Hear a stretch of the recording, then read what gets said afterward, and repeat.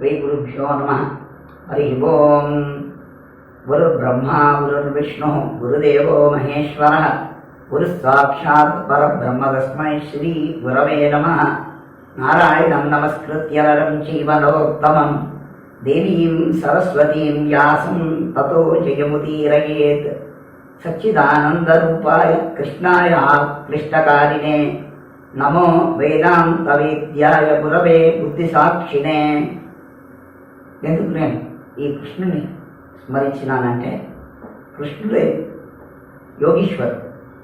యోగీశ్వరుడు మరియు జగద్గురు కాబట్టి పరమాత్ముడే మనం చెప్పే ఏ క్రియను గురించి చెప్పినా కూడా అది సంపూర్ణంగా ఉంటుంది.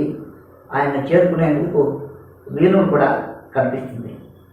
నేటి విషయమైన సత్సంగం గురించి మనం చెప్పుకున్నట్లయితే ఒకనొక తెలుగు పద్యంలో సాధు సంగము సకలాంత సాధకంబు అన్నారు.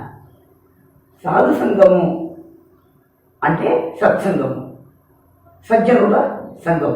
సాధు సంఘము సకలాంత సాధకంబు, సకలమైన అర్థములు ఏవి? మనము పూజల సంకల్పం చెప్తుంటాం, చతుర్విధ పరపురుషార్థ చెప్తాం అని.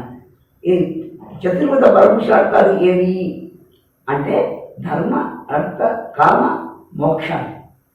ఈ ధర్మ అర్థ కామ మోక్షాలు ప్రతి మానవుడు ఆచరించవలసినవి. అయితే దీనిలో మొదటిది ధర్మం. ఈ ధర్మాన్ని మనం నిర్వచించినట్లయితే ధర్మీతి ధర్మ అంటే లోకాలని, సృష్టిని, ప్రపంచాన్ని నిలిపి ఉంచేటువంటి శక్తే ధర్మం. అంటే పరోక్షంగా అది భగవంతునే మనకు గుర్తుకు తెస్తుంది. అందువల్లనే విష్ణు సహస్రనామంలో ఆచార ప్రభవో ధర్మ ధర్మస్య ప్రభురచ్యుత అని చెప్పబడింది.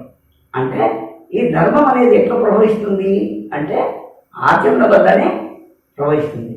ఎలాంటి ఆచరణ? సదాచరణ వల్ల ఏర్పడేదే ధర్మం. ఈ ధర్మాన్ని మనం ఇంకా తీసుకున్నట్లయితే దాన్ని నిర్వచించవలసి వస్తే మనకు మరియు సంఘానికి శ్రేయోదాయకంగా మనము నిర్వహించవలసినటువంటి కార్యాన్నే ధర్మము అని నిర్వచించవచ్చు.